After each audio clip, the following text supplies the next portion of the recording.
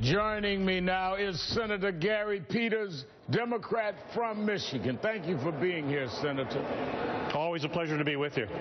Now, you've introduced a measure to provide over $70 billion to Flint over the next decade. What are you hearing from your Republican colleagues about the bill?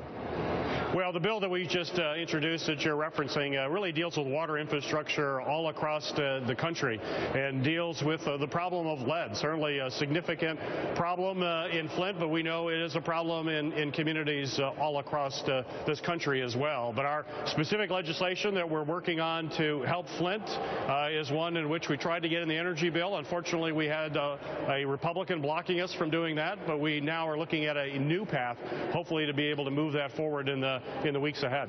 Now, that Republican you're referring to is Senator Mike Lee of Utah, who blocked the Flint funding, and he said, quote, "Federal aid is not needed at this time." What's your response to that? Well, I just think that's outrageous. Federal aid is needed. We have folks who are hurting. We've got people who are drinking out of bottled water, can't turn on the tap and have clean, fresh water. It's a basic right in this country. And whenever we've had a disaster anywhere in this country, the American people are there to help. Certainly the state of Michigan needs to do its part. It's primarily responsible, and they have to do a whole lot more. The governor has to step up and do a whole lot more, but that should not prevent the federal government from lending a helpful hand to people who are distressed and need help, and they can't wait any longer. You mentioned the governor. You've held off calling for his resignation, saying the investigation needs to play out. But I have to ask, is the governor doing all that he can? Let's go back to you saying he should do more. What more should he be doing?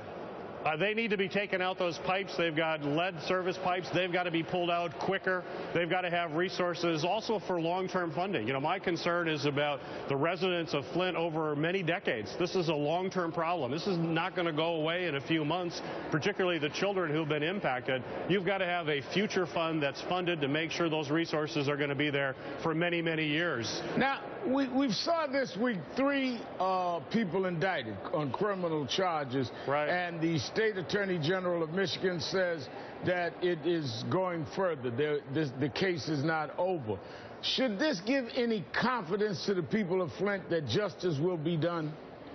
Well, justice has a couple forms. One is to make sure that those who are responsible are brought to justice, but also justice will be done when we're fixing the problem, when residents in Flint can turn on their tap and know they have complete confidence in the water.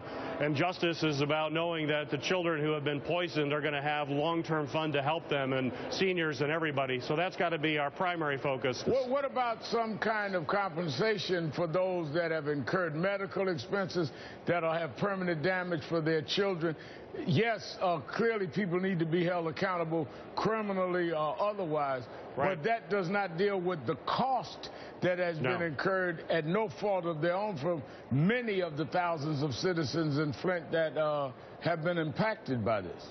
You're absolutely right, and that's really has to be the focus. That ultimately will be the judge of whether or not justice has been served on the victims of this catastrophe. So we have to make sure there is long-term funding available. You've got to make sure folks have proper nutrition, which is an important mitigating factor for people who have been exposed to lead. Have education programs, wraparound programs, and health care. And this is not something that's going to go away in a few months or even a few years. This is a decade-long problem, and that's why I'm hoping we set up a future fund. And we've been calling on the governor and the state legislature, set up a future fund to make sure the people of Flint know that the resources will be there for them to take care of them for many, many years. Senator Gary Peters, thank you for your time. Thank you.